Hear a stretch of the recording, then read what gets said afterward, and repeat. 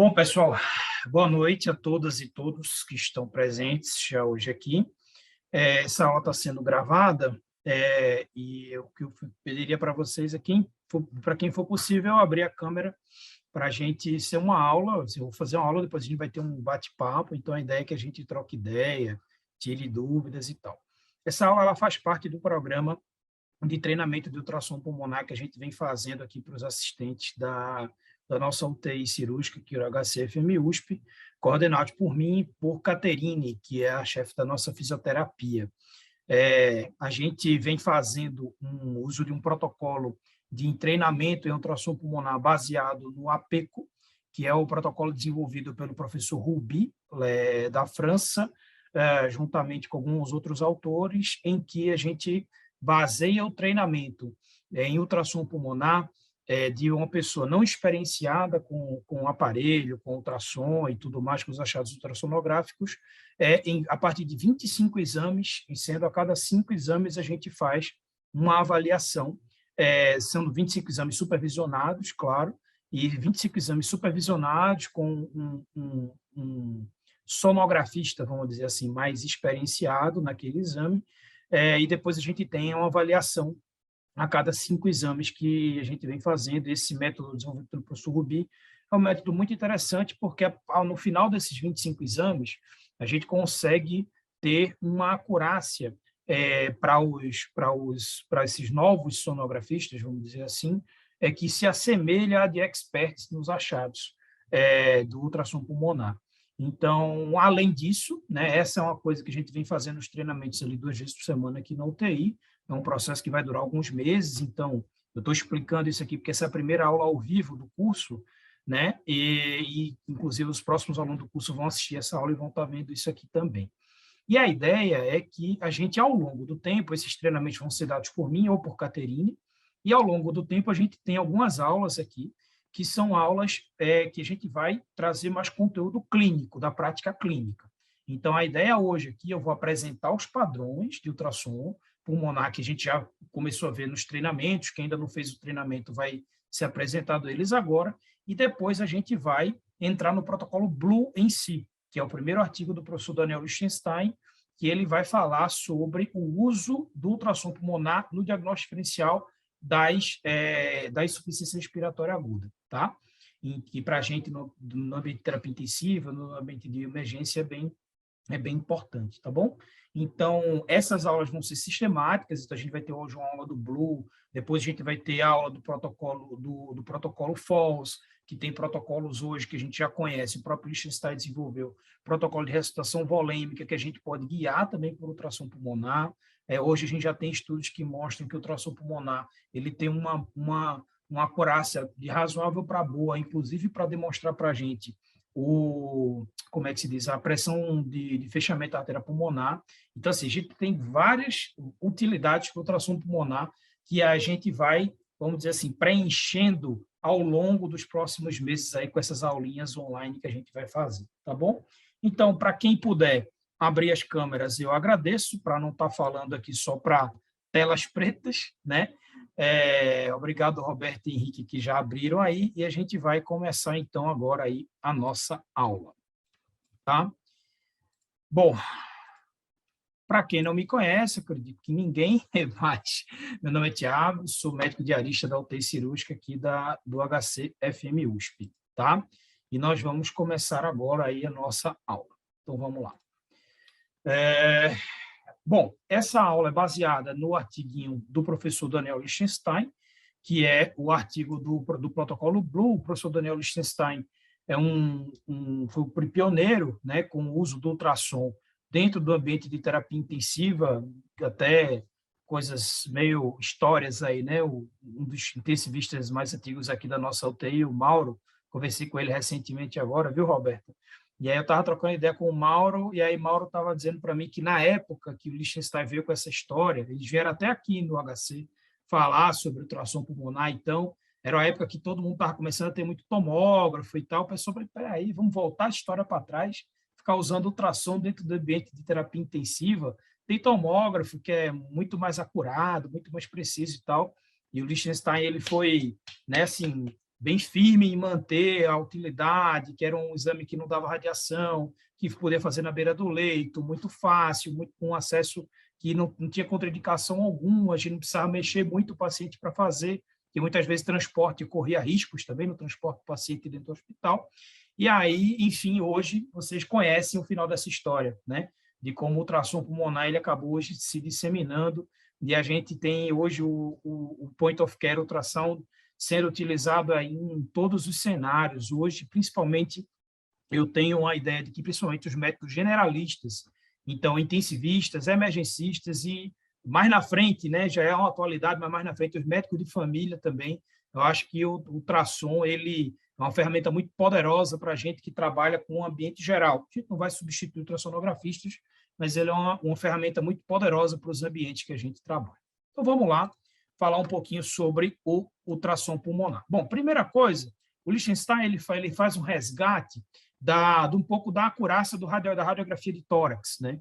Ele cita esse artigo aqui, eu fui dar uma lida nesse artigo estudo que ele citou, porque acabo estudando um pouco assim, eu vou lá na referência para ler, para analisar um pouco melhor aquela referência, e ele cita um pouco essa questão da acurácia do raio-x de tórax. Então, assim, teve um estudo, que é um dos estudos que o Lichtenstein se baseia, que avaliou 200 raio-x de rotina em pacientes críticos dentro do ambiente de terapia intensiva. 74 desses 200 raio-x foram subótimos ou não foram usados no round da UTI. Eram raio-x de má qualidade, raio-x que acabaram não sendo usados por conta do tempo que foram feitos e tal.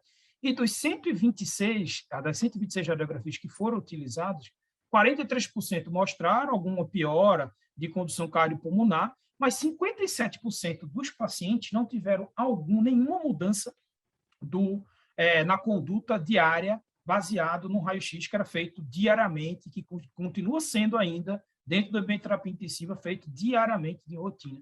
Então, vejo que mais de 57% dos pacientes foram submetidos aqui à radiação e não tiveram nenhuma conduta modificada, né? E o outro estudo, outro dos estudos aí também sobre o que a gente faz, para que serve esse raio-x na rotina diária, ele fez uma análise, né, prospectiva aí de 538 raio-x em pacientes intubados, foram em 74 pacientes intubados. Desses raio-x, dessa quantidade de raio-x que foi feita nesses intubados enquanto eles estavam internados, 55% não teve 65%, perdão, não teve nenhum achado novo, e 30% com achados menores, sendo 40% já eram antecipados por uma avaliação beira-leito, avaliação clínica beira-leito.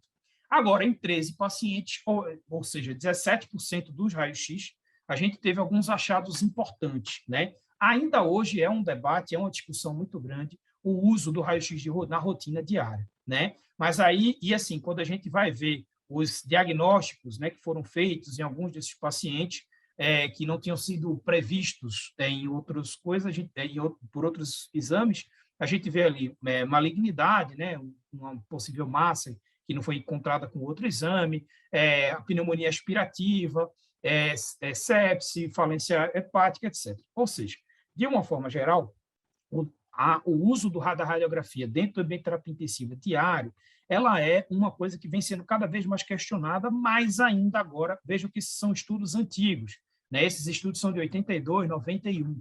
Então, assim, hoje, com a difusão do ultrassom pulmonar, vai ficar cada vez mais, assim, mais difícil para a gente sustentar uma rotina de radiografia diária dentro do ambiente de terapia intensiva.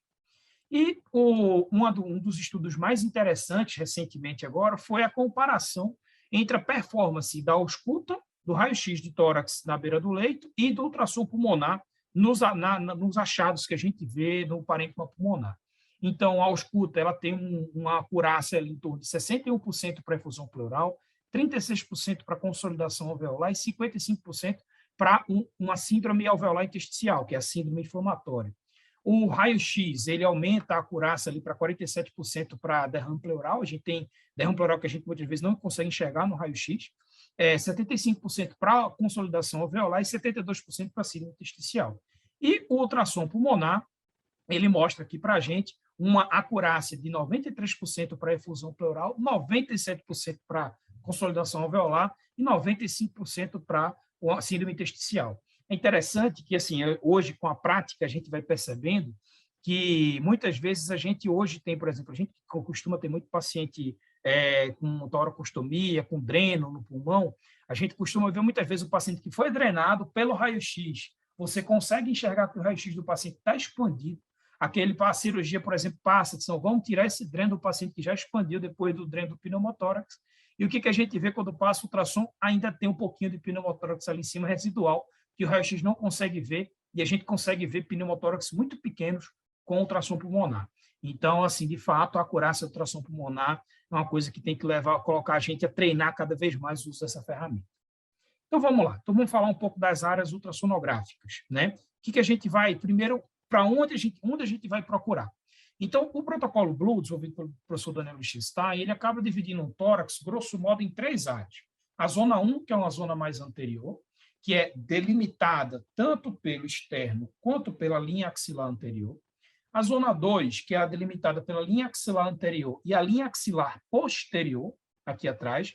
E a zona 3, que é a parede posterolateral, que a gente tenta mover o paciente minimamente, que vai até a linha da coluna. Tá? Então, essas são, grosso modo, as zonas que a gente chama de zonas de interesse do protocolo Blue. Todas essas áreas são divididas em regiões superiores e inferiores, que eu vou mostrar para vocês como, resultando em 6 áreas de interesse em todo o tórax. Tá? Então, essas são as nossas áreas de interesse. Certo? Então, como é que se dividem essas áreas de interesse? Ou seja, quais são os pontos do Blue, né? Os pontos do protocolo Blue.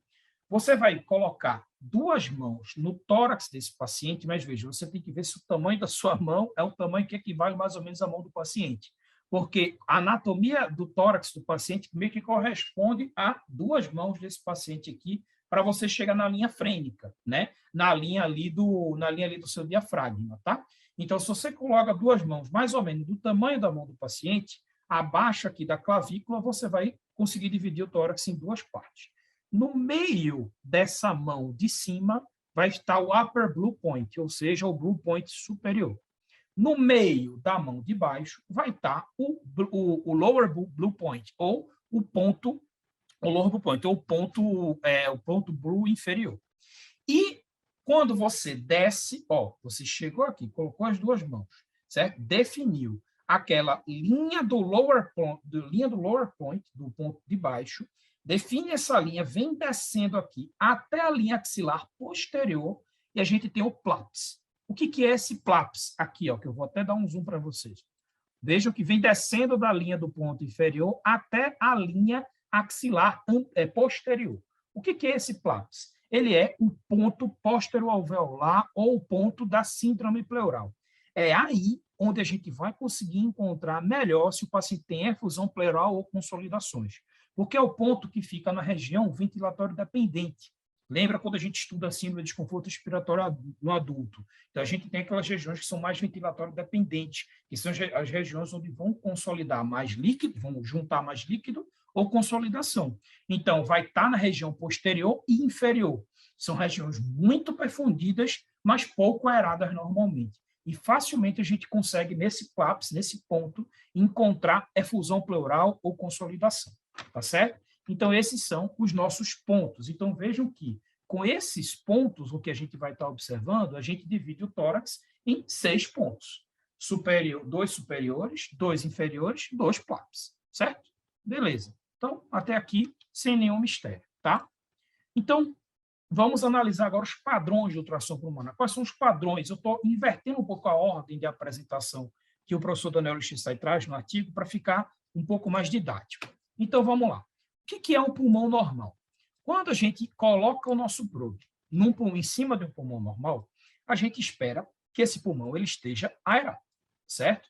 Então, o que a gente espera desse pulmão, deixa eu só diminuir um pouco vocês aqui.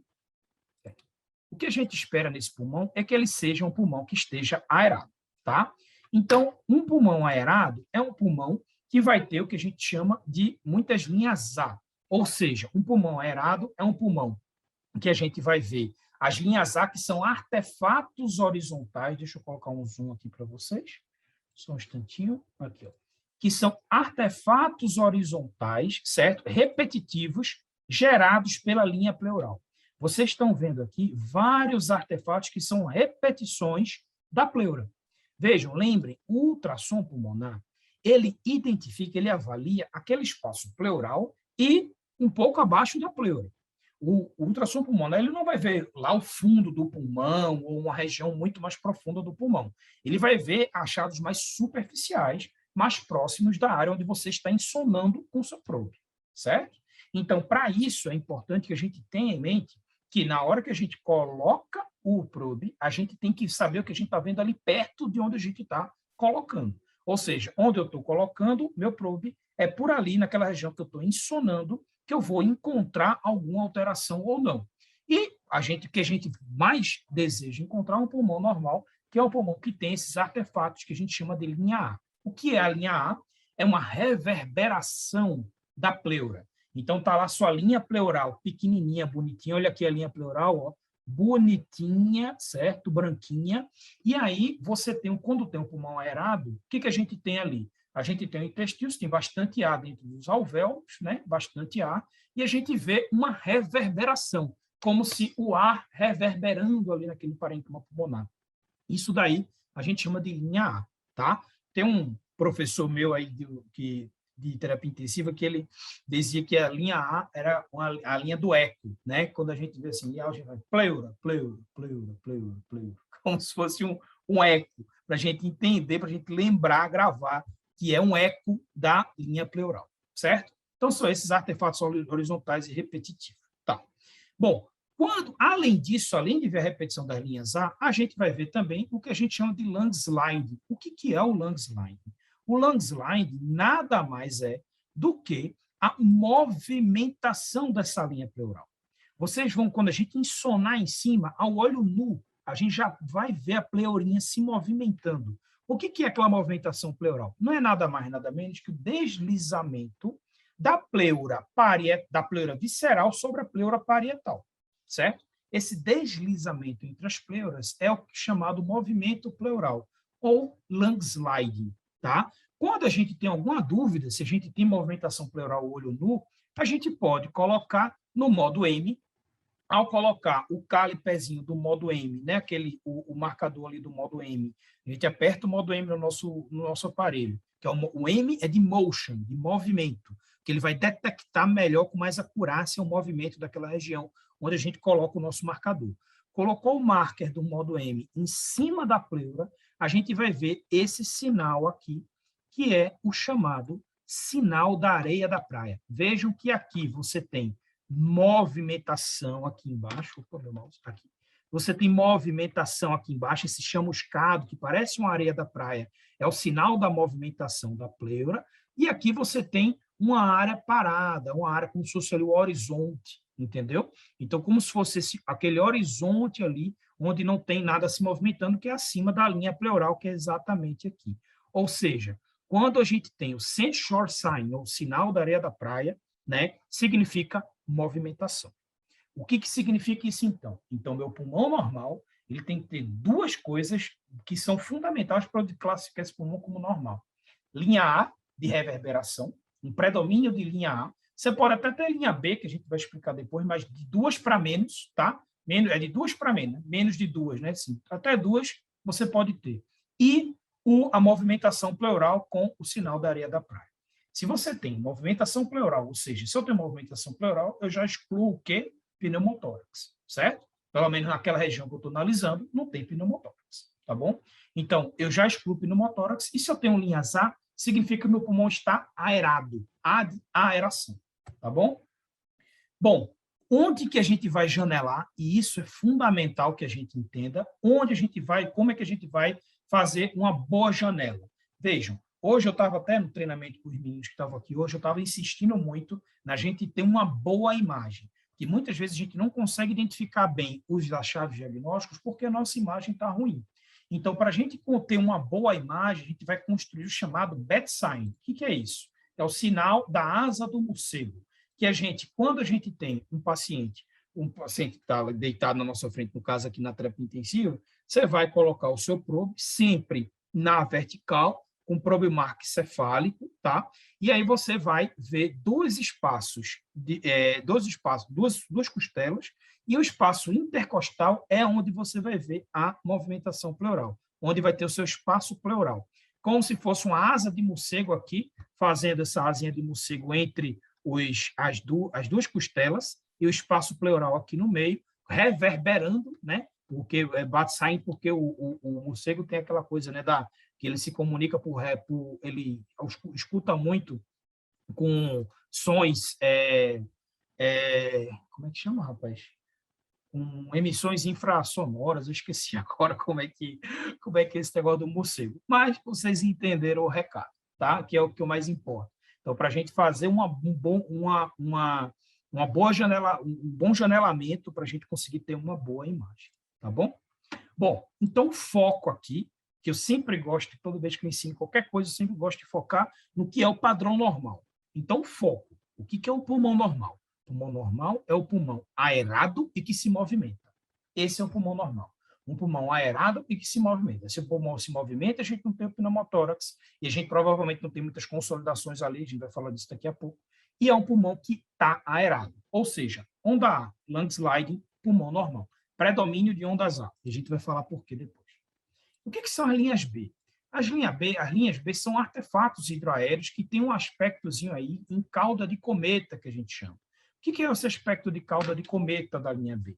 É esse aspectozinho aqui que ela nasce na linha pleural e vai-se embora lá para frente, e a gente muitas vezes a gente vê ela bem definida. Então, a gente vê várias linhas B. Vocês estão vendo aqui, ó, 1, 2, 3, 4 linhas B aqui, certo? Então, várias linhas B bem definidas, bem espalhadas, e onde elas passam, elas apagam as linhas A. Então, onde elas passam, elas apagam a linha A e ela está se movimentando. A pleura movimenta, a linha B vai se movimentar também. Se você está enxergando ali linhas B, mas você não consegue identificar muito bem se elas têm, se você consegue identificar as separações, tem que melhorar a sua janela para que você consiga ver a diferenciação boa entre as linhas B, tá? Então, essas são as 7 características da linha B que eu comentei, que ela é um artefato hidroaéreo, ou seja, a linha B ela já vai refletir a coexistência de fluido com ar.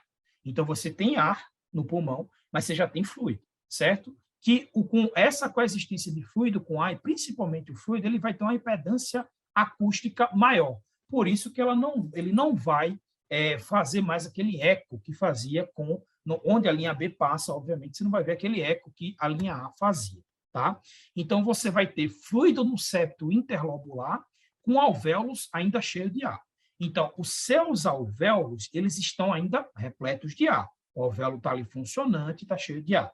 Só que o meu intestício, meu intestício e meus septos, eles já estão começando a encher de líquido, tá? Isso é importante que a gente tenha ideia quando a gente avalia e caracteriza uma linha B. Então, quando a gente tem 3 ou mais linhas B, a gente diz que é um padrão B positivo, ou seja, isso aqui é um padrão B, não é um padrão mais de linhas A, certo? De predomínio de linhas A, tá? Óbvio que quando mesmo você tendo 3 ou mais linhas B, às vezes você consegue enxergar a linha A junto. Mas quando tem mais de 3 linhas B, o predomínio é de linha B. Então, isso é importante que a gente coloque na cabeça. Então, eu tenho que ver qual é o predomínio. O predomínio é de A ou o predomínio é de B? Se eu tenho 3 ou mais linhas B, eu vou dizer que o predomínio é de linha B, certo? E a linha B, o padrão B positivo, né? Ele é um padrão que já mostra para a gente que a gente tem uma chamada síndrome intersticial.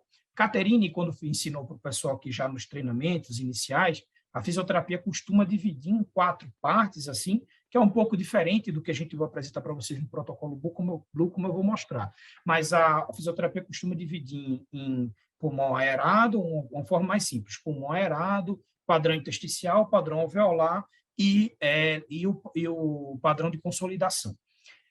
Isso aí é óbvio que é o básico que a gente vai encontrar exatamente isso, só que para a gente vai refinar isso um pouco mais por conta dos nossos usos clínicos, tá bom? Então, vamos lá. E o lung sliding? O que é esse achado, né, do lung sliding que a gente tem? Eu já expliquei para vocês lá atrás. Quando o lung slide ocorre, ou seja, o deslizamento da pleura ocorre, e agora eu vou explicar quando ele não ocorre. Veja, se você está colocando o seu probe numa região onde tem entre a pleura parietal e a pleura visceral tem ar, ou seja, um pneumotórax, o lung slide, o deslizamento das pleuras, não vai ocorrer.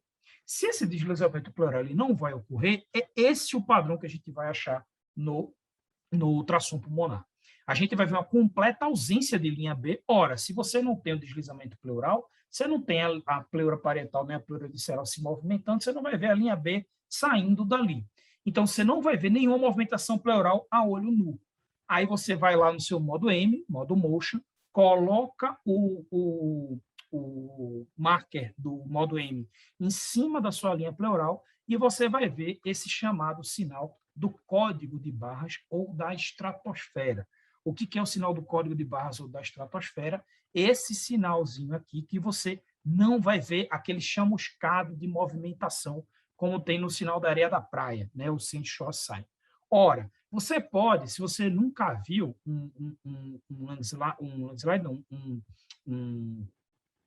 uma ausência do landslide, no caso, né? Assim, eu vou falar do landing point daqui a pouco, mas um landslide completamente abolido, você pode, para simular isso, você pode, no modo M, colocar o seu marker em cima de uma costela. Coloque o seu marker exatamente em cima de uma sombra de costela, que você vai conseguir ver como se comporta o padrão do código de barra, né? Do sinal do código de barra ou do sinal da estratosfera, tá? Então, quando ele não ocorre, é justamente isso que ela não, a pleura visceral ela não desliza sobre a pleura parietal, em que não é só no pneumotórax, tá certo? A gente pode ter outras coisas, como aderências inflamatórias, perda de expansão do pulmão, alguns tipos de atelectasia, apneia também, muitas vezes o paciente parou de respirar, o paciente está em apneia. Você não vai ver muito a movimentação pleural, ou quando elas estão separadas mesmo por pneumotórax ou pneumectomia. Óbvio que o mais importante de tudo isso aqui é o pneumotórax, né? De todos esses achados é o pneumotórax.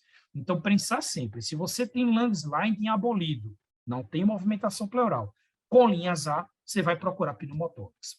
Quando você acha, vai procurar o pneumotórax, você vai tentar rastrear, varrer aquele pulmão do paciente, tentar encontrar um sinal específico do pneumotórax, que é o lung point, que é o ponto no qual, na linha pleural, você vê movimentação a partir de determinado ponto da pleura, e desse determinado ponto para cá você não vai ver mais movimentação. Esse é o chamado lung point, que você coloca o marker para um lado, tem o sinal da areia da praia, coloca o marker para o outro, você vai ter o sinal do código de barras, tá certo? E óbvio que você vai ter linhas A aí também. Se você tiver linhas C, alguma outra coisa aqui, aí você vai saber que não é pneumotórax, né? Se você não tem movimentação pleural, mas está vendo linha C, ali naquela região, ou tem linha B coalescente e tal, aí, obviamente, isso aí pode ser por aderência inflamatória, por atelectasia, etc. Bom, então qual é o passo a passo para a gente procurar um pneumotórax, né? Vou colocar um zoom aqui para vocês verem. Primeiro, a gente sempre vai tentar usar, a primeira escolha é usar o probe linear, que é um probe de alta frequência, e vamos olhar ali o tórax do paciente. Nós vamos começar, para a procura do pneumotórax, você já pode ir aqui na região intermamilar, ou pode ir também lá em cima no upper lung point, certo? No upper blue point, na verdade.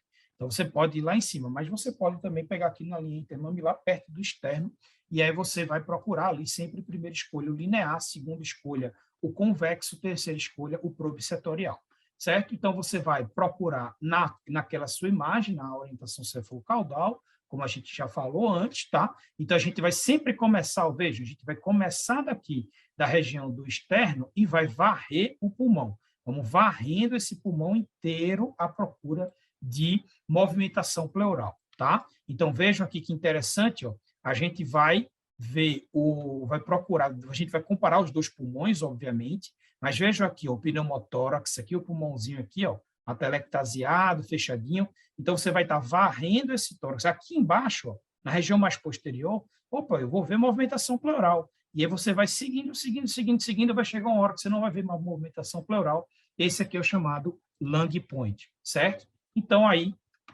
vocês vão ver aqui, vão procurar esse lung point para, como é que se diz, definir exatamente o local do pneumotórax, a dimensão desse pneumotórax, tá? Lembrem sempre que o lung point ele é altamente específico, 100% de especificidade para o pneumotórax, certo? E a efusão pleural, o derrame pleural. Veja, o derrame pleural, a gente vai procurar, sempre que a gente for procurar, a gente vai procurar derrame onde? Nas bases pulmonares, porque derrame vai respeitar a gravidade. Então, nós vamos lá no PLAPS para procurar derrame pleural fundamentalmente, que é o ponto onde se encontra mais derrame e consolidações maiores. Quando a gente tem efusão pleural, que é esse padrão aqui, esse Ezinho que vocês estão vendo aqui, está vendo? Que está separando a pleura parietal da pleura visceral aqui. Quando a gente tem essa efusão pleural, a gente tem um padrão anecóico e inconstante, tá? E muitas vezes a gente vai encontrar o quad sign. O que é o quad sign? É a efusão pleural durante a expiração, delineando entre a linha pleural e a linha pulmonar. A gente viu recentemente no treinamento essa semana, a gente viu o quad sign lá, que os meninos viram. Quando a gente, na hora da expiração, a gente conseguia ver de uma forma melhor a efusão pleural. E o sinal do sinusoide, o sinusoide sign, é quando você coloca o seu modo M, né, o linhazinho do modo M ali em cima, no movimento expiratório, ele vai produzir esse padrão sinusoidal. É interessante, assim, se você tiver alguma dúvida de que se ali tem ou não derrame pleural, a gente hoje até teve uma paciente bem obesa, que a gente foi fazer ultrassom pulmonar, que a gente podia ter feito isso, eu esqueci da gente fazer isso na hora da avaliação. Mas vale muito a pena lembrar. Você tem dúvida que se tem derrame pleural ali, uma coisa que você acha que talvez seja muito pequeno, joga um modo M ali em cima, que aí se você achar esse sinal do sinusoide aqui, no movimento inspiratório, você vai ver produzir esse padrão sinusoide, tá? A sensibilidade e especificidade do ultrassom para o derrame pleural, sensibilidade 92%, especificidade 97%, encontrada aí nos achados do Daniel Lichtenstein. Então, está ali o sinal do índio, o famoso sinal do índio, mostrando para a gente aqui a nossa efusão pleural, certo? E o sinal do sinusoide.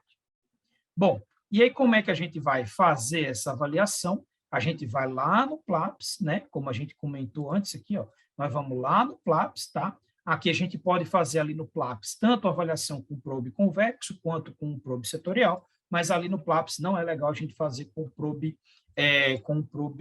linear, tá? Então, nós vamos lá, a gente tem que saber o que a gente está ensonando. Então, a gente está ensonando aqui é o derrame pleural, essa coisinha azul aqui, como se fosse o derrame pleural, e aqui a gente tem o diafragma do paciente.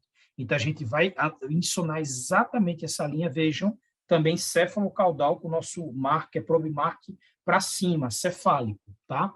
Aí a gente vai ver aqui o derrame pleural, em cima do nosso diafragma, aqui a cavidade abdominal do paciente, e a gente vai ver a nosso derrame pleural ali, tá? Então, a gente sempre vai fazer essa procura naquela região. Veja que quando a gente tem derrames muito pequenininhos, a gente pode jogar aquele modo do padrão sinusoidal, como eu falei para vocês, certo? Então, tem aqui a região anecóica, né, sem eco, que é o líquido que está ali em cima. A gente vai ver o sinal da espinha positivo, que esse eu não vou entrar aqui em detalhes para vocês aqui, que a gente depois vai ter uma aula falando de esses vários outros sinais, o Coulton sign, o Spine sign, que eu não vou entrar aqui agora, porque isso é muita coisa para a gente estar falando ao mesmo tempo, senão seria uma aula muito longa de ultrassom pulmonar. Mas são sinais muito interessantes que ao longo desse processo a gente vai ensinando para vocês direitinho, tá? E a consolidação alveolar. Ora, percebam que eu estou usando a mesma imagem, né? Que é essa imagem do artigo do Lichtenstein, que ele fala tanto para a efusão pleural quanto para a consolidação. A consolidação, lembre, consolidação é o alvéolo que já está preenchido por fluido ali dentro, tá? Então, antes eu tinha o pulmão todo aerado, padrão A. O padrão da linha B, de predomínio de linha B, é um infiltrado no intestício, mas o meu alvéolinho está ali cheio de ar ainda. E agora eu tenho consolidação dentro do alvéolo, ou seja, aquele alvéolo preenchido por fluido, tá? Então, aquele alvéolo preenchido por fluido, ele vai me dar um padrão de consolidação alveolar, certo? Ela vai gerar uns reflexos que denotam um perfil, um padrão de tecido, que é o que a gente chama, né, dentro da terapia intensiva, tanto no raio-x quanto tomografia, a gente já chama muito do padrão hepatizado, ou seja, um pulmão hepatizado, né? O que é um pulmão hepatizado? É um pulmão que a gente vai ver ele com aspecto de densidade de fígado. Então, se você colocar um ultrassom em cima do fígado, vai ver e colocar em cima de um pulmão que está tão consolidado que chega a estar hepatizado, a gente vai ver exatamente o mesmo padrão ultrassonográfico, tá? Então, a gente vai procurar esse sinal sempre ali no PLAPS também, mas a gente pode encontrar a região anterior também. Então, a gente vai encontrar o perfil C, o padrão C, né, de consolidação também região anterior. Então, vocês estão vendo aqui a consolidação alveolar, né? A consolidação alveolar ficando clara, porque tem uma área do pulmão que está menos aerada, bem menos aerada, e você vê essas bolinhas brancas aqui, ó, que ficam as bolinhas brancas meio brilhantes ali, que é ali de alveolinho fechado, consolidado, ali circundando aquela região da consolidação. A sensibilidade ela é de 90%, a especificidade de 98% do ultrassom pulmonar para esse achado da consolidação alveolar, certo? E a gente tem também, obviamente, uma ausência de linha pulmonar, a gente não enxerga bem a linha pulmonar, ou sinal do sinusoide, a gente muitas vezes pode encontrar o sinal do sinusoide, porque a consolidação ela pode estar presente com, muitas vezes a consolidação está presente com pequenos derrames pleurais. Então, só para a gente reforçar os padrões, certo? Só para reforçar os padrões, então a gente tem o padrão completamente aerado, o Bat-Sign aqui, com as linhas A de reverberação, vai piorando a aeração pulmonar, o paciente vai ficando cada vez mais crítico, a gente tem as linhas B com a linha pleural começando a ficar um pouco espessa aqui já, depois a gente tem mais um padrão de muito mais linha B, ou linha B coalescente, que com a linha pleural já bastante inflamada, com a linha pleural bastante grossa, né, que a gente já pode começar a ver alguns padrões de broncograma aqui, por exemplo, que a gente não vai estar falando hoje, mas a gente vai falar em próximas aulas, como identificar o broncograma dinâmico, broncograma estático, esse tipo de achado, e o padrão hepatizado do pulmão, completamente hepatizado, praticamente sem aeração nessa região. No COVID, esse padrão aqui foi um padrão muito utilizado para a gente identificar se o paciente estava melhorando ou não estava melhorando da aeração pulmonar. É interessante falar também em relação a isso, que no COVID já tem estudos, né, que foram desenvolvidos esse ano de ultrassom pulmonar, inclusive para guiar estratégias de recrutamento alveolar, certo? Então, vamos falar um pouquinho agora do protocolo Blue, né? Que hoje já estamos, só para a gente ir consolidando esse conhecimento dentro do que o professor Lichtenstein ele coloca dentro do protocolo Blue. O protocolo Blue foi desenvolvido, né, a partir do estudo observacional por 4 anos, com 301 pacientes admitidos em insuficiência respiratória na UTI. Então, lembre, Blue é para insuficiência respiratória, certo? Que é para avaliação da insuficiência respiratória.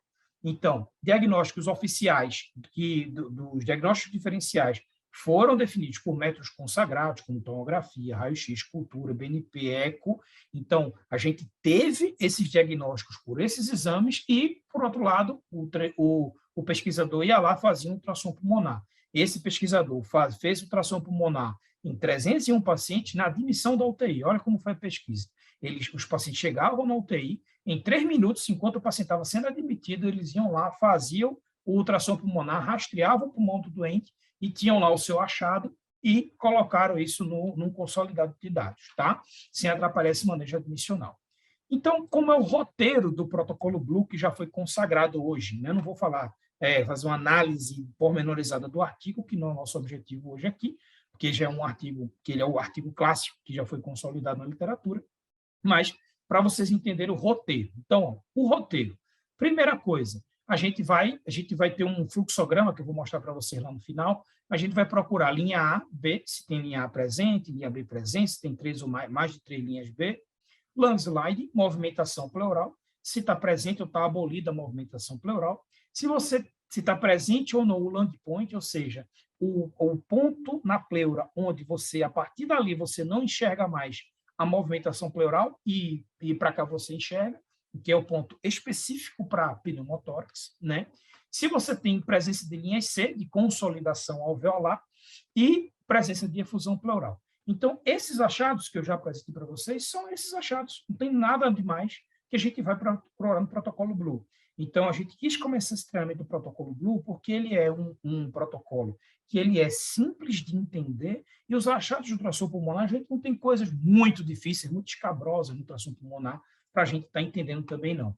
E dentro do protocolo Blue, como é um protocolo que avalia insuficiência respiratória, a gente tinha que ter englobado os principais diagnósticos diferenciais de insuficiência respiratória. Então, para isso, a gente precisava também pesquisar TVP, rastreio de trombo nos membros inferiores, onde você ia lá com probe linear, via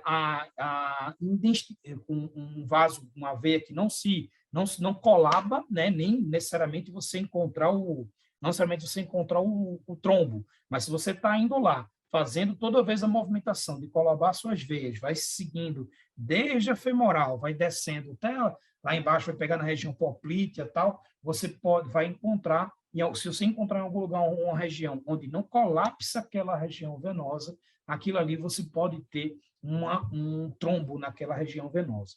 Então, pesquisa de TVP também fez parte, por quê? Porque pesquisa de TVP é um grande achado, aumenta muito a probabilidade de um paciente que está com TVP fazer insuficiência respiratória ser uma embolia pulmonar, certo? Então, por isso que a gente também, dentro do Blue, além desses padrões todos que eu expliquei para vocês, também temos que fazer uma pesquisa de trombose venosa profunda. Não é difícil, a prática, com a rotina, a gente consegue fazer isso muito fácil, tá? E a análise serve sempre no mínimo 6 pontos. O upper blue point bilateral, o low blue point bilateral e o PLAPS bilateral, certo? E quais foram os padrões encontrados? No estudo do professor Daniel Lichtenstein, a gente teve edema pulmonar em 62 pacientes. Como era a característica do edema pulmonar? Predomínio de linha B, óbvio, de edema, né, bilateral na região anterior. O lung sliding está preservado, ou seja, tem movimentação pleural, e você detectou o PLAPS. Muitas vezes você tem, o que é o PLAPS detectado? É quando você tem algum achado no PLAPS, seja consolidação, seja derrame pleural. Ora, se eu estou falando de edema pulmonar, muitas vezes eu vou ter um pouquinho de derramezinho, sim, naquela região. Hoje, inclusive, a gente fez ultrassom no paciente com edema agudo de pulmão, que internou aqui na UTI por edema agudo de pulmão, já está melhor, mas ainda está congesto. Ainda tinha lá derrame pleural residual, bem melhor do que teve alguns dias atrás, que a gente avaliou nesse paciente, tá? O DPLC foi encontrado em 49 pacientes do estudo do Daniel Lichtenstein, com predomínio de linhas A bilaterais na região anterior, então fazia o upper e o low blue point. Você tinha predomínio de linhas A bilateralmente, com lung slide presente, veja, lung slide presente, ou seja, move a pleura, e você, muitas vezes, você não via nada do PLAPS. Ora, o pulmão do DPLC, óbvio, o DPLC exacerbado, que tem consolidação e tal, ele pode sim ter PLAPS, ele um pouquinho de derrame pleural, ele vai poder ter consolidação, mas se o paciente está descompensado com insuficiência respiratória apenas pelo DPLC, a gente vai ter um pulmão aerado. O pulmão do DPLC é um pulmão aerado. Qual é o problema do DPLC? É um paciente que não esvazia aquele pulmão, só que o pulmão vai estar bastante aerado. Se é um pulmão bastante aerado, eu vou ter bastante linha A e dos dois lados com pleura se movimentando. Só que se esse paciente que está na minha frente, insuficiência respiratória, com o pulmão completamente aerado, não acho mais nada, provavelmente é por conta só da exacerbação do DPLC. Tá? Asma, por exemplo, mesmo padrão DPLC, predomínio de linha A bilateral, lung slide presente também, óbvio que você também não vai detectar PLAPS se a gente está falando de asma pura e simples, né? O padrão do TEP, como é o padrão da embolia pulmonar? O padrão da embolia pulmonar, que foi identificado em 41 pacientes no estudo do Daniel, o edema pulmonar, a gente viu 21 pacientes. Então, a gente pode ter tanto predomínio de linha B, com edema pulmonar no TEP, mas também podemos ter predomínio de linha A, né? 20 pacientes, a gente pode ter predomínio de linha A também.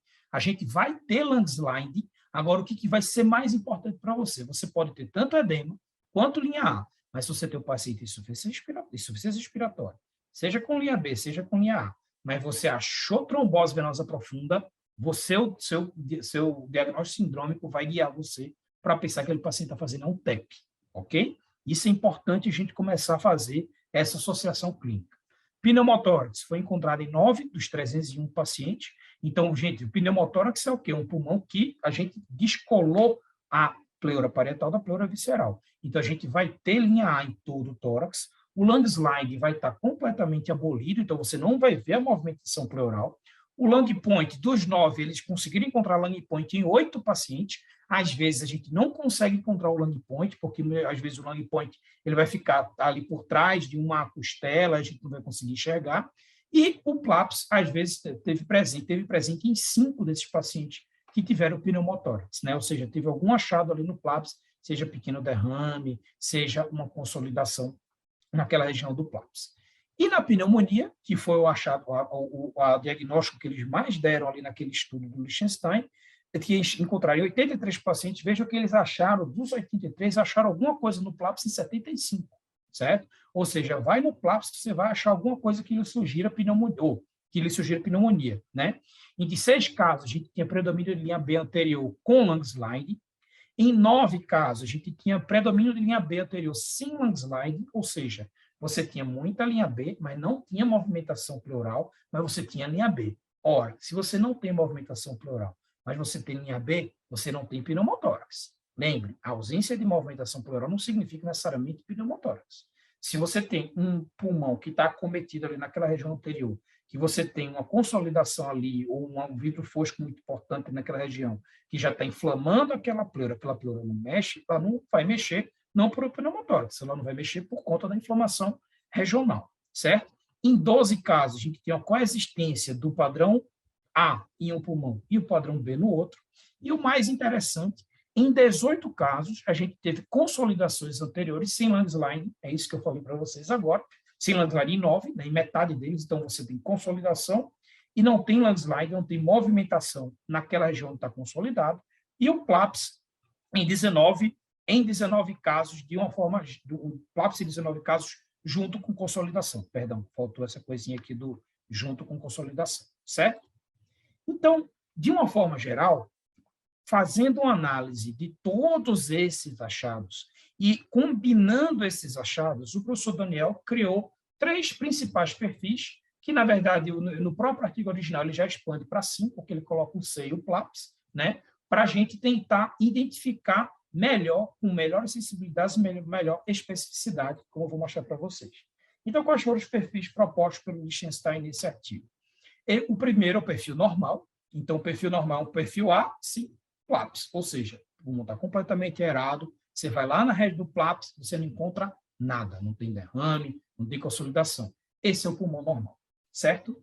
Lembrar, o pulmão normal, o perfil A, ele é o perfil também do DPOC e da asma. Então, se você encontra o paciente na sua frente, em franca insuficiência respiratória, rastreia o pulmão dele, só encontra o perfil A, esse paciente pode estar descompensado do DPOC ou descompensado de uma crise asmática, um status asmático severo, com sensibilidade de 89%, especificidade de 97%. Esse aqui é o perfil normal, certo? O perfil A, que é o perfil também, que é o chamado perfil normal também, é o predomínio de linhas A, com landslide e bilateral e pouca linha B. Esse aqui eu só quis separar do perfil normal, porque assim, esse aqui a gente pode ter um perfil normal, e o perfil A também é o perfil normal, com menos de 3 linhas B. Só quis separar por conta do A', tá? Porque o perfil A' é diferente, certo? Vejam, esse é o perfil normal, que é um perfil A. Esse aqui também é o perfil A, mas aqui a gente vai dividir um perfil anormal, igual ao anterior, com menos de 3 linhas B, e o perfil A'. O que é o A'? É o perfil A sem movimentação pleural, certo? A gente pode não achar o long point também, certo? Então, para o perfil A, quando você tem um perfil, que você tem lá predomínio de linha A, com menos de 3 linhas B, certo? Menos de 3 linhas B. Agora, você acha TVP associada, com TVP associada, e você vai pensar em tromboembolismo pulmonar. Então, eu vou repetir para ficar claro. Rastreio o pulmão do meu paciente em franca insuficiência respiratória. O perfil é A. Todo o pulmão eu rastreei, só tem linha B do espaço pleural, com no máximo 2 linhas B, o pulmão está super aerado. O paciente está em franca insuficiência respiratória. Ok. Rastreou as veias dele, rastreou os membros inferiores na procura de TVP, achei TVP. Então, pulmão aerado mais TVP, você vai pensar em TEP, com a sensibilidade de 81%, 99% de especificidade. Mas não, o perfil é a linha. O que é a linha? Está todo aerado, menos de 2 linhas B achadas em espaços pleurais, mas não tem movimentação pleural nem long point. Então, se você tiver esse perfil a linha, já vai pensar em pneumotórax. E se você encontrar um long point, aí a especificidade vai para 100%, tá? Com a sensibilidade de 88%. O que é o perfil B e o perfil B'? Ora, o perfil B é o perfil que a gente já tem mais de 2, ou seja, 3 ou mais linhas B com movimentação pleural, com landslide, bonitinho, dos 2 tórax. Então, os meus 2 pulmões, eu tenho, tá ali, ó, bem infiltradinho, cheio de linha B, mais de 3 linhas B por espaço, né? E pode ter linha A. Lembre, a linha B, onde, como eu falei, ela apaga a linha A no trajeto dela. Mas se você tiver pouca linha B, até 3, no máximo 4, ali, você consegue ainda ver uma linha A. Mas o que importa é o predomínio. Se você já tem 3 ou mais linhas B, você já vai chamar isso de perfil B, certo? Agora, tem landslide e tem movimentação pleural, tá show, beleza, esse é o perfil B. E qual é o perfil B'? É quando você tem um perfil B sem movimentação pleural e sem o long point, né? Que aí, vejam só, para edema pulmonar, ou seja, edema agudo de pulmão, ou o paciente sem ter edema agudo, paciente congesto, que você tem um paciente ambulatorial, por exemplo, com insuficiência cardíaca, você vai lá naquelas bases pulmonares dele, coloca o ultrassomzão lá, você vai ver esse perfil de linha B. Inclusive, para quem faz condução do paciente ambulatorial, pode muito bem, assim, vou ajustar um pouco do diurético, seus ainda tá, você ausculta o crepito, às vezes você nem ausculta o crepito, né? Lembrem que a acurácia do estetoscópio é menor do que a do ultrassom, que a gente já sabe hoje em dia, então você pode nem auscultar o crepito, né? Colocou o probe do ultrassom lá, viu um pouco de edema naquela região, um perfil mais infiltrado intersticial, como é esse aqui, a gente tem uma sensibilidade de 97% e uma especificidade de 95% para esse perfil B, que a gente chama, que é o perfil de síndrome intersticial ou infiltrado intersticial. E o que é o perfil B'? É quando a gente tem o perfil B, certo? Que a gente tem a movimento, a gente não vê o landslide. Aqui, só que aí aqui, a gente não vê o landslide, a gente não vê o long point também. Então, não estou enxergando o long point aqui. Então, ora, eu tenho linha B. Se eu tenho linha B, é porque minha pleura está ali no lugarzinho dela. E a gente tem as minhas linhas B se movimentando um pouquinho por ali, nascendo ali da pleura. Mas se eu não tenho movimentação pleural, eu posso ter uma região ali que a pneumonia acometeu naquela região, eu não tenho aquela movimentação pleural. Esse é o perfil B', tá? B tem movimentação pleural, B' não tem. A sensibilidade aqui é menor, tá? A sensibilidade do B', uma sensibilidade, vejam, de 11% para pneumonia, agora com a especificidade de 100. Ou seja, muitas vezes você pode não encontrar o perfil B'. É difícil de você achar um perfil B', mas se achar, a especificidade é de 100% para pneumonia. Da mesma forma, o perfil AB, que a gente vai falar lá na frente, eu só adiantei um pouquinho ele aqui, que a sensibilidade vai ser 14 e especificidade de 100, mas a gente vai falar dele agora. O que é o perfil AB? É simplesmente quando você tem em um pulmão um perfil A, no outro pulmão um perfil B.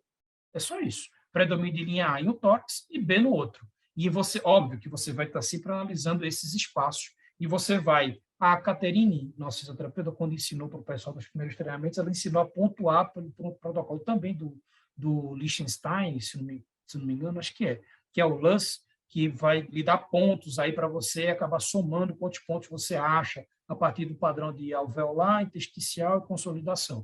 Mas a gente pode usar também só o chamado perfil AB, mas óbvio que a gente vai sempre focar no pior padrão. Óbvio que se você tiver infiltrado mais na região anterior, a aeração mais na região anterior, infiltrado embaixo, tudo bem. Mas se você já tiver infiltrado mais em cima, nas regiões mais superiores, menos dependente de gravidade, óbvio que é um quadro pior, né? Então, a gente no perfil AB, predomínio de linha A em um tórax, B no outro.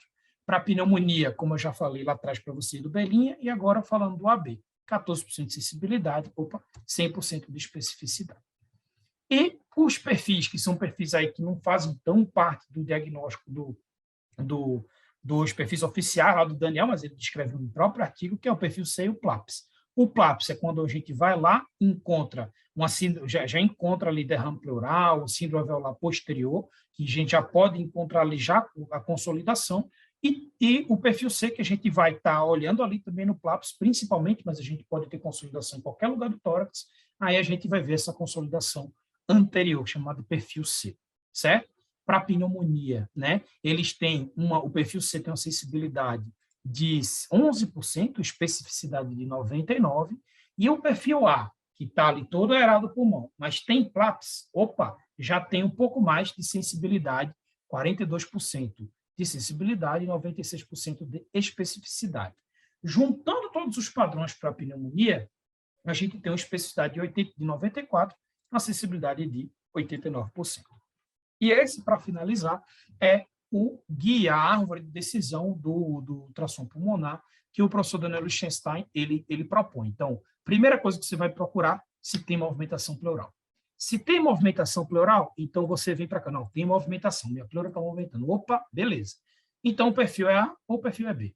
Se o perfil for B, e se eu tenho edema pulmonar, eu vou fechar aqui em edema pulmonar, certo? É um perfil B de edema pulmonar.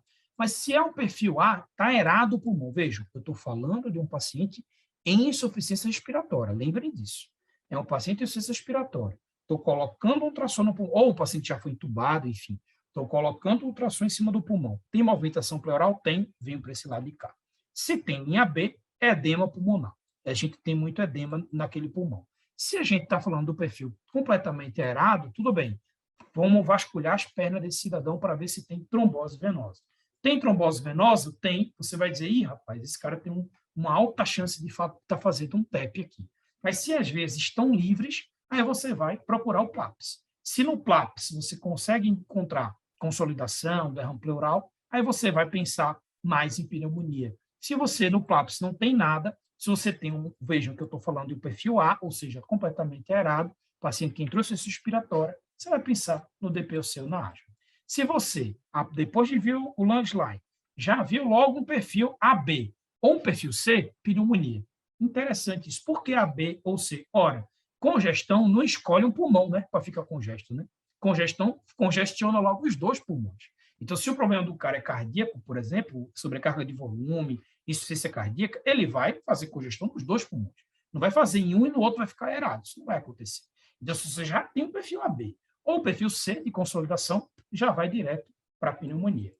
Agora, se o Lange-Line está abolido, aí a coisa muda de figura. Ora, se você tem o padrão B', que é o quê? Você tem um padrão B, que é o padrão de muita linha B, você consegue diferenciar suas linhas B, ou não, ou você pode fazer aquelas linhas B mais coalescentes, só que ele é B'. O que é B'? Não tem movimentação pleural. Então, aquelas pleuras, aquela pleura está espessada e quase não se movimenta. Pneumonia. Agora, se você tem um Lange-Line, ou seja, você não tem Lange-Line, você não está vendo movimentação pleural, mas você tem um pulmão aerado, tem linha A, aí você vai atrás do long point. Rastreia o pulmão do paciente atrás do long point. Achou o long point? Pneumotórax. Não tem long point, aí você vai procurar outras modalidades diagnósticas para você tentar ver se é pneumotórax mesmo, vai pedir um atomo, etc. Tá bom? Já que raio-x, difícil, o ultrassom não viu, dificilmente o raio-x vai conseguir ver.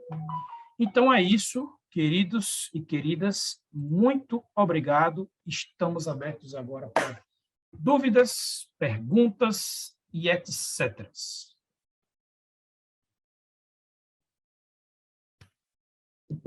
E aí? Oi, Ti. Oi, Robertinha. Chegou em casa Primeiro, bem? parabéns pela aula. Cheguei, consegui vir vendo, valeu. Vale também. Eu fiquei só, eu sempre usei para tudo o probe convexo. Agora que você me falou que o ideal é só no Lange-Slide usar o convexo e nos demais pontos usar o linear. É isso, né? É isso aí. Na verdade, assim, a fisioterapia aqui do HC costuma usar o convexo muito, porque, assim, usa Eu muito aprendi convexo com para elas, por muita isso que... coisa. Exato. Só que, assim, o ideal a gente está usando para avaliação do pulmão ali, a gente está usando linear. Inclusive, a gente vai aprender lá na frente depois a ver fração de espessamento do diafragma, a gente vê mobilidade diafragmática. Mobilidade diafragmática a gente pode fazer com o convexo ou com o probe setorial, que é o de...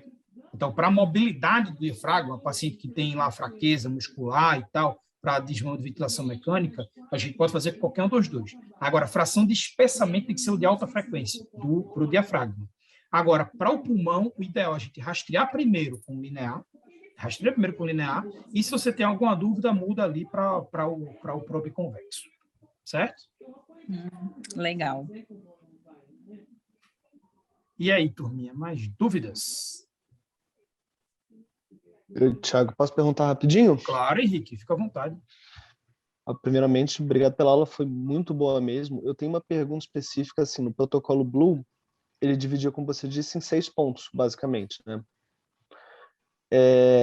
Existe uma relação entre a quantidade de linhas B somadas e prognóstico, no caso de um paciente que tem, por exemplo, com edema pulmonar? Porque eu sei que existe uma relação clínica, né, de você, quanto mais você tem, você pode até vendo a melhora do paciente junto com a melhora da ultrassonografia mesmo. Existe, tipo assim, alguma coisa de Perfeito. melhora prognóstica mesmo? Boa pergunta, Henrique. Que eu saiba, não. Entendeu? Assim, o que a gente tem é, as linhas B, a gente tem aquelas linhas B que ela tem, a gente tem duas, que a gente chama de fisiológica. Passou de duas, já vamos dizer que aquilo ali é patológico, o predomínio já não é mais de A, é de B, certo? Naquela região. Quando muitas linhas B, às vezes, elas vão se somando, elas vão fazer o que a gente chama de linha B coalescente.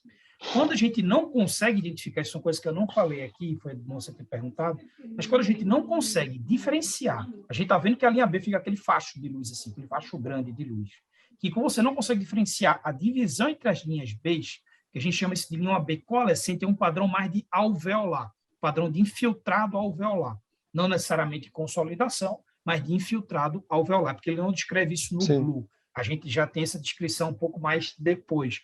Mas não há uma diferenciação por soma de linha B e prognóstico. Até porque é uma coisa muito dinâmica. Então, assim, se eu estou falando de um fio de infiltrado, se esse meu paciente começa, eu faço o balanço hídrico negativo, por exemplo, nesse paciente, né? Se o meu paciente está terapia intensiva, faço um balanço negativo, no outro dia você vai lá, avalia aquele, faz ultrassom novo naquele paciente, você vai ver mais aeração, menos linha B naquela região. Se antes era uma linha B mais coalescente, agora começa a vir uma linha B que se divide, porque a mudança do padrão ultrassonográfico vai mudar, porque o tecido está mais seco ou mais cheio d'água. Entendi. Obrigado. Que é isso, querido. E aí, turminha, dúvidas? Fala, Marcelão. Marcelão abriu a câmera aí, deve ser para... Pode criticar, Marcelão. Estamos aqui à vontade. O mago do ultrassom point of care. E aí? Não, Tiagão, sou excelente aula, nós sou te parabenizar mesmo. Ô, querido, obrigado. Fábio, agradeceu aqui. Que é isso, Fábio? Estamos junto aí.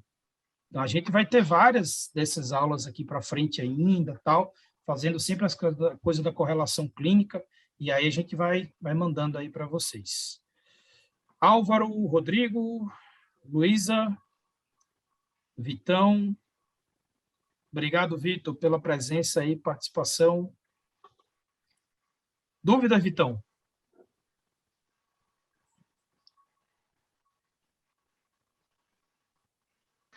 Tiago, na verdade, eu estava até pensando aqui sobre o padrão de consolidação. Você falou que a gente não vai conseguir enxergar muito bem os setores mais profundos do pulmão do paciente, né? Isso. Nesses casos, pensando numa pneumonia mais, entre aspas, oculta, né? O ultrassom ele poderia dar um falso negativo? Com toda certeza. Com toda certeza. E, assim, lembre sempre que, veja lá na pneumonia, quando eu falei, dá um falso negativo porque a sensibilidade dele é baixa, entendeu? Assim, quando a gente soma vários achados, a gente aumenta um pouco a sensibilidade, mas algo pode escapar, porque a pneumonia daquele paciente pode estar ali numa região que você não consegue acessar, insonando. Lembre sempre, a gente está insonando aquela região aqui, só que tem área que a gente não consegue insonar. Se a gente pudesse insonar daqui de dentro, né? Para a gente conseguir, a gente quase conseguiria compreender o pulmão em 360 graus, mas a gente não consegue. Então, assim, às vezes pode dar sim falso negativo. Você não pode, só com ultrassom, você completamente descartar um diagnóstico, entendeu? Agora, ele pode lhe sugerir muito. O que a gente vem vendo na prática diária aqui, Vitão, é que assim, a gente consegue suspeitar muito. A gente, por exemplo, a gente deu, semana passada, um diagnóstico de uma pneumonia, semana retrasada, de um paciente aqui, que a gente encontrou consolidação, broncograma, o paciente estava com PCR subindo, fez febre, a gente, opa, entendeu? Era um paciente pós-operatório aqui e tal, falei, rapaz, vou começar antibiótico para esse cara. E assim, já estava piorando o parâmetro, ele já estava piora de marcador biológico, né? Estava com piora do PCR. Então, já tinha piora do PCR, fez febre, estava com um padrão respiratório que não estava muito legal, e antes dele fazer secreção pulmonar. Isso foi interessante, porque no dia a gente começou antibiótico, no dia seguinte, esse cara estava com escarro purulento, entendeu? Foi muito legal. Cara, que legal. Muito legal. E já tem trabalho mostrando que o POX permite essa precocidade, né, do diagnóstico da propedêutica armada. Já tem trabalho mostrando, por exemplo, no caso de pneumonia, melhora o desfecho clínico, assim, menor tempo de evolução de doença, redução de mortalidade, ou ainda Isso eu não, ainda né? não procurei, Vitão. Assim, o que hoje tem, cara, uma pletora de literatura em POCs, né? Assim, uma pletora, tem muita coisa sendo produzida. Então, assim, e muita coisa muito interessante. O pessoal daqui do INCOR produz a rodo de POCs. A gente teve um colega que foi do nosso TI aqui, o Bruno Lucena, que fez o doutorado dele também sobre POCs. Caterine, que é a chefe da fisioterapia da gente, ela está fazendo um doutorado também com tração pulmonar. Então, assim, tem uma pletora de novos artigos saindo sobre tração pulmonar. Então, assim, a gente vai ter que ir se atualizando. A galera vai descobrindo que, vejam, é um negócio tão fácil, sem contraindicação, que hoje em dia a gente tem os portáteis, né? O Butterfly, esses outros. Então, é um negócio que quem quiser vai publicar isso aí de rodo. Então, vai ter muito artigo. Vejam que, se você for ver do ponto de vista de outros exames, é uma coisa, é o exame mais fácil de se fazer, né? Que você, assim, e de baixo custo, né? Assim, do ponto de vista de tomografia, exame de imagem, tomografia, ressonância, etc. Entendeu?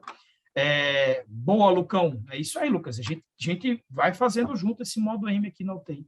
Então, eu acho isso, Vitor, sabe? Ainda não conheço essa parte da literatura, mas sou doido para ser apresentado. Porque o que eu sei é que, assim, a gente está fazendo esse treinamento agora de ultrassom e a gente vai começar em dezembro de eco, né? Então, para quem é daqui da UTI já fica sabendo que em dezembro vai começar com Maíra e com Vivian os treinamentos de eco, que também vão durar meses, dentro do mesmo esquema, vários exames supervisionados, tal, aulinhas no meio, e aí a gente vai construindo uma curva de conhecimento.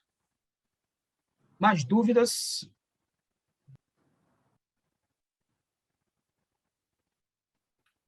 Dúvidas? Não temos dúvidas mais.